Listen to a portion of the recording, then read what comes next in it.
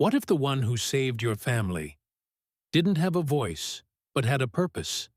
It was 7:05 p.m. The wind howled low, and the rain came sideways, the kind that sticks to your clothes even if you run. Nurse Eliza pulled into the hospital, lot with the kind of exhausted stillness only grief can create. The night shift again. The same hallway. The same quiet steps to room 204. Her father's room. She sat in her car a moment longer, hands still on the wheel, letting the silence breathe. The kind of silence where regret talks loudest. Her phone buzzed. A message from her sister. Still, no change? Eliza didn't answer. She already knew what the monitor would show.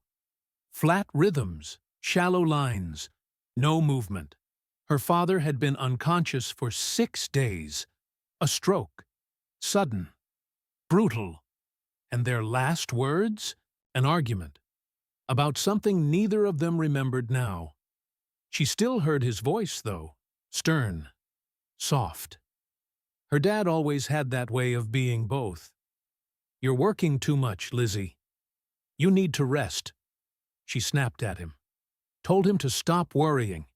He didn't answer that day when she came home. She closed her eyes. Breathed. Then opened the car door. By the time she walked past the ambulance bay and under the buzzing fluorescent canopy, her hair was wet. That's when she saw him. A dog. Sitting. Just outside the hospital entrance. Soaked. Head down. Shivering. No leash. No collar. Eliza paused, keys still in her hand. Security was already outside, trying to coax him away. "Come on, buddy. Not a good place to hang out." But the dog wouldn't budge. He wasn't growling. Wasn't scared. Just watching. His eyes never left the sliding glass doors. Another nurse stepped out. "That dog's been here for hours. Every time they move him, he comes back." Eliza glanced at him again. He was just a mutt. Mid-sized. Maybe part shepherd. Maybe part something else. But his eyes, they didn't just look. They searched. It was 7:22 p.m. Eliza pushed open the door to room 204. Beeping monitors. The smell of antiseptic. Her father, pale and unmoving, beneath stiff white sheets. She pulled the visitor chair close, like always. Rested, her hand on his. His fingers didn't move. She whispered, "Hey, Dad. It's me.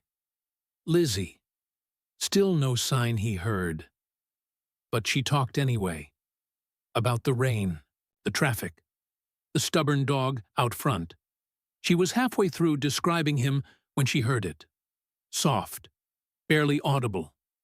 Click, click, click. Pause on linoleum. She turned. The dog. He was inside. A nurse down the hall shouted, "How did he get in?" But Eliza didn't move. Neither did the dog. He stopped right in front of room 204. Looked in. Sat. No barking. No scratching. Just waiting. Like he knew. Like he'd been looking for this room all along. It was 8:06 p.m. Security arrived again, apologetic. "Ma'am, we can take him outside." Eliza stood up slowly, looked at the dog. His eyes met hers, and something in her chest, tight for days, loosened. Let him stay. Just for a little. Please. The guards hesitated, then nodded. She grabbed a towel from the supply cart and knelt beside him. He didn't flinch. She dried him off quietly. He laid his head on her knee. For the first time in nearly a week, she felt not alone. It was 10:34 p.m. Her father's hand moved. Just a twitch. She blinked, thought she imagined it. But then, again, his fingers curled, then pressed, weakly, into hers. She gasped, called for the doctor. Staff rushed in. Lights flipped. Tests were run, but no one could explain it. They checked his levels, ran scans. All they could say was, "He's showing signs of responsiveness." Eliza turned. The dog was still there, watching. That night she walked him out gently. He didn't resist, but he stopped just outside the door again. Sat, waited. Eliza sat beside him for a long while. She didn't say anything. Didn't have to. When she finally stood to leave, he didn't follow. Just watched the door. Like he had work left to do. They didn't know his name. But the nurses had started calling him Chance. It was 6:50 a.m. Morning light pushed through the hospital windows, dull and gray from the rain still hanging in the sky. Eliza hadn't slept. She sat slouched in a chair outside room 204, coffee cooling in her hand. Inside, her father's monitors beeped slow and steady. Not better. Not worse. But the nurses said the movement last night. It meant something. They didn't call it a miracle. But they looked at her differently now. Like maybe the ending wasn't written yet. Chance wasn't there. Not yet. She stood up and walked to the entrance. And there he was. Same spot. Same position. Right outside the sliding glass doors. Rain dripping from his fur. She didn't say anything. Just opened the door, and he walked in like he'd always belonged there. It became routine. Every night, Chance appeared. Every morning, he waited. And every time he made his way down the hallway to room 204. He never tried any other door. Never explored. Just sat. Silent. Watching. The nurses stopped questioning it. Some even brought him scraps from lunch. A few joked about hiring him. But for Eliza, it wasn't funny. Because every day Chance was there, her father improved. Subtle things, flicker of the eyes, a flutter in his throat. One morning, he turned his head slightly when she spoke. Then, 4 days in, he whispered her name. Lizzie. She froze. Tears welled up instantly. "I'm here, Dad. I'm here." He didn't speak again for hours. But he was awake. The doctors were stunned. They had no medical explanation. No changes in meds. No sudden interventions. Just a dog. A dog who wasn't supposed to be there. They kept asking, "Does anyone know who he belongs to?" But no one came. No tags. No chip. He didn't seem lost. He didn't wander. He had no interest in anyone else. Just room 204. Eliza started calling him her shadow. He followed her now to the break room. The vending machines, the nurse's desk, but never past the hospital doors. Every shift, he arrived before her. Every morning, he was already there. One day, she got to work early. 5:45 a.m. Still, he was waiting. It didn't make sense. And, at some point, she stopped needing it to. She remembered the dream. It came on the second night after her father woke. She had fallen asleep in the chair beside him. In the dream, she was a little girl again. They were in their old backyard. Her father was laughing, chasing her with a garden hose, and at her feet, a dog, not Chance. But the shape was similar. It was just a dream, but it stayed with her. Her father spoke more, now, slowly, with effort. But his eyes were clear. He said something to her that made her stop. "You didn't do anything wrong, Lizzie." She blinked. "What do you mean?" "That night, You left angry. I knew why. I wasn't listening. I wanted to protect you, but I made you feel small. Her throat tightened. I thought I'd never get to tell you. They both cried, and outside the door, Chance waited. It was a week later, 10 days since that first night. The hospital had all but accepted him now. He had a little bed near the nurse's station. Someone made him a tag out of construction paper. Chance, night watch. But on the 11th night, he wasn't there. Eliza arrived just before 7 p.m. The rain had stopped. The air was clean. She looked toward the entrance, expecting him. But the steps were empty. No wagging tail, no soaked fur. Nothing. She waited, checked the side lot, the back loading dock, asked the guards. No one had seen him. Inside, she checked the hallway. Room 204. Still no sign. Her father was resting, peaceful, stronger. He smiled when she entered. You look like you lost something. She tried to laugh. I think something found me. And now he's gone. She put up posters, called every shelter, every rescue. No records, no sightings, nothing. 3 days passed. Then 4. Still, her father improved, sat up, ate solid food. By the end of the week, they were planning his discharge. On the morning he left, Eliza took one last walk around the hospital. She checked the front steps, still empty. She leaned against the wall and closed her eyes. And then she whispered, "Wherever you are, thank you." She looked up. The sky was bright, the sun just starting to rise. And in the silence, she could almost hear it. Click, click, click. Just beyond the door. But when she turned, there was nothing there. The first night back home, Eliza tucked her father into his recliner. He was still weak, still needed help standing, but his smile had come back. That quiet, sideways grin she hadn't seen in months. She made soup. He ate every spoonful. They didn't talk about the hospital much, or the stroke, or the nights they thought were the last. But when the rain came again, heavy and sudden, her father said softly, "He came with the storm, didn't he?" Eliza didn't answer. She just nodded. Because somehow, he knew. Life began stitching itself back together. The nurses at the hospital still talked about Chance. Rumors spread fast. One said he was an old therapy dog that escaped from another ward.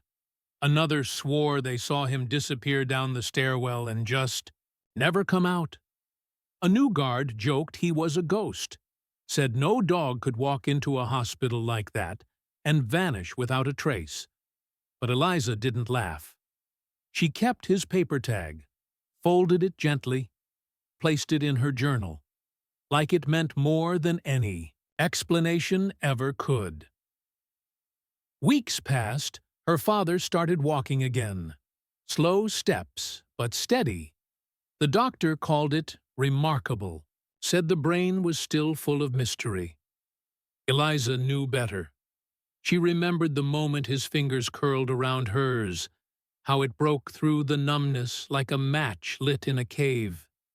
Chance had been there, silent, watching. No barking, no whining, just presence. Like he was guarding something no one else could see. One Saturday morning, Eliza sat on the porch sipping coffee. Her father was inside reading the paper. She looked out at the trees swaying in the breeze, thought about her childhood dog, Murphy, big yellow lab, gone when she was 11. She hadn't thought about him in years. But lately, her dreams were full of yellow fur, of paws thudding across wooden floors, of deep brown eyes that seemed to understand things no human ever could. And she wondered, could it be? It sounded crazy. But sometimes, the truth doesn't care.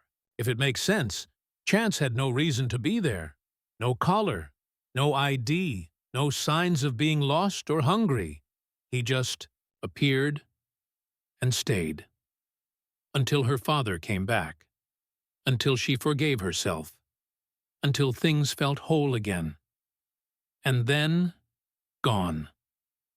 She went back to the hospital one day, dropped off homemade cookies for the night staff, walked the familiar hallways, stopped at room 204. It was empty now, cleaned, reset.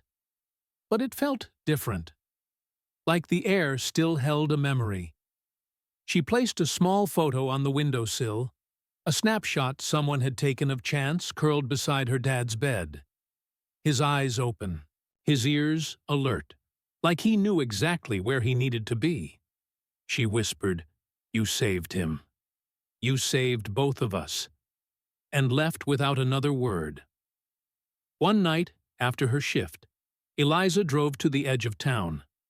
There was a wooded trail her family used to hike. She hadn't been there since before the stroke. The path was muddy. Leaves clung to her boots. But she didn't care.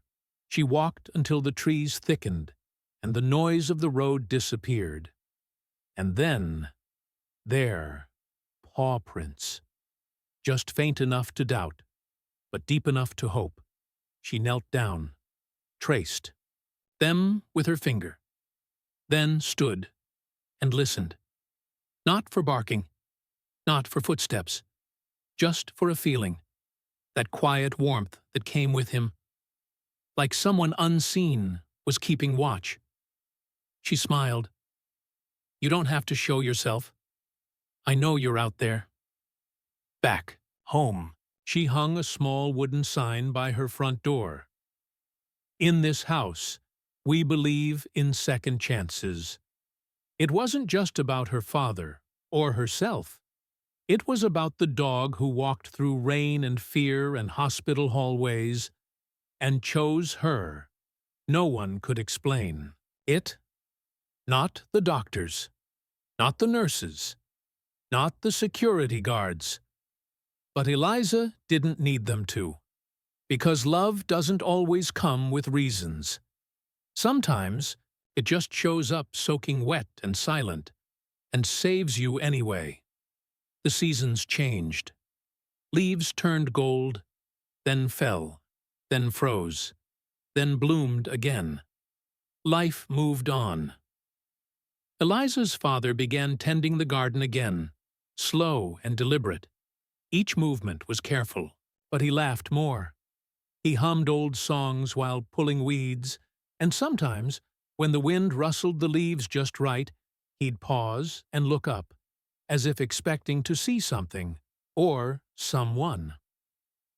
One afternoon, she found him sitting on the porch steps, cup of tea in his hands. He didn't say anything at first, just looked out at the street. Quiet. Then he spoke. "You remember that night before the stroke?" Eliza froze. She hadn't expected him to bring it up. Their last conversation. The shouting. The slammed door. She nodded. "I was stubborn," he said. "I knew you were just trying to help. I just didn't want to feel like a burden." Her throat tightened. She sat beside him. "I was scared," she said. "You've always been the strong one. I didn't know how to handle it when you started forgetting things. It felt like I was losing you one piece at a time." He nodded slowly. "I think I needed that dog to remind me that being watched over isn't weakness. It's grace." That night, she pulled out the old photo of Chance again. She'd memorized every part of it. The way his body curved protectively at the side of the hospital bed. The small tilt of his head. Those eyes. They were calm. Not sad. Not afraid. Just knowing. She placed the photo in a frame, set it on the hallway table, right where the light hit in the morning. A reminder that miracles don't always wear halos. Sometimes they walk on four legs.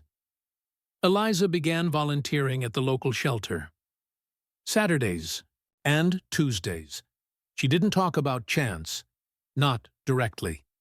But every time a scared dog came in, trembling, growling, hopeless, she'd sit with them, sometimes for hours, just quietly, just present, the same way Chance had done for her father, and for her. One rainy evening, the shelter lights flickered.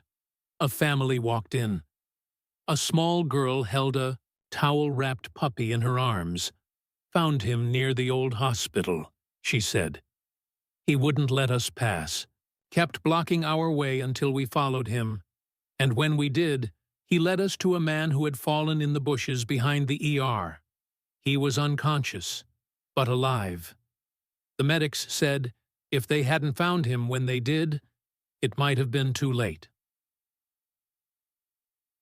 Eliza blinked slowly. What did the dog look like? The little girl turned. Golden. No collar. Just wet. And gone. Before we could thank him. Eliza walked outside. Let the rain touch her face. She looked up at the clouds, the glow of the streetlights bleeding through, and smiled. A year passed. Her father was better. He started painting again, landscapes, mostly of forests. But one day, he painted something different. A hospital hallway, dimly lit. At the end, a golden dog. No face, just a silhouette, waiting. Eliza saw it and gasped. "That's him." Her father nodded. "Yeah, I see him in my dreams sometimes, still keeping watch, still making sure we're okay." One quiet morning, Eliza poured her coffee, opened the front door, and stopped. There, on the mat, a single muddy paw print. No other prints around it, no sign of a dog nearby. Just one perfect mark, like a signature, like a goodbye. She crouched, touched it, smiled. He didn't come to be adopted. He didn't come for food. He came because something was broken, and he knew how to fix it. Not with medicine, not with training, just with presence, with warmth, with love that defied logic, distance, time. No one ever saw Chance again. Not in the shelters, not on the streets, not in any lost dog ads. But if you ask Eliza, ask her what she believes, she'll say this: some dogs don't stay forever, because they were never meant to. They come when you need them, and leave when you're ready. He didn't stay for thanks. He came for healing, and he left a piece of himself behind, in every heartbeat that learned how to hope again. Dogs truly are the most loyal companions in our lives. What did you think of this heartwarming story? Let us know in the comments. Like the video and share it with your friends. Subscribe to our channel for daily emotional dog stories. Turn on notifications so you never miss an update. Click here to watch the next story of love, loyalty, and the incredible bond we share with our pawsome friends.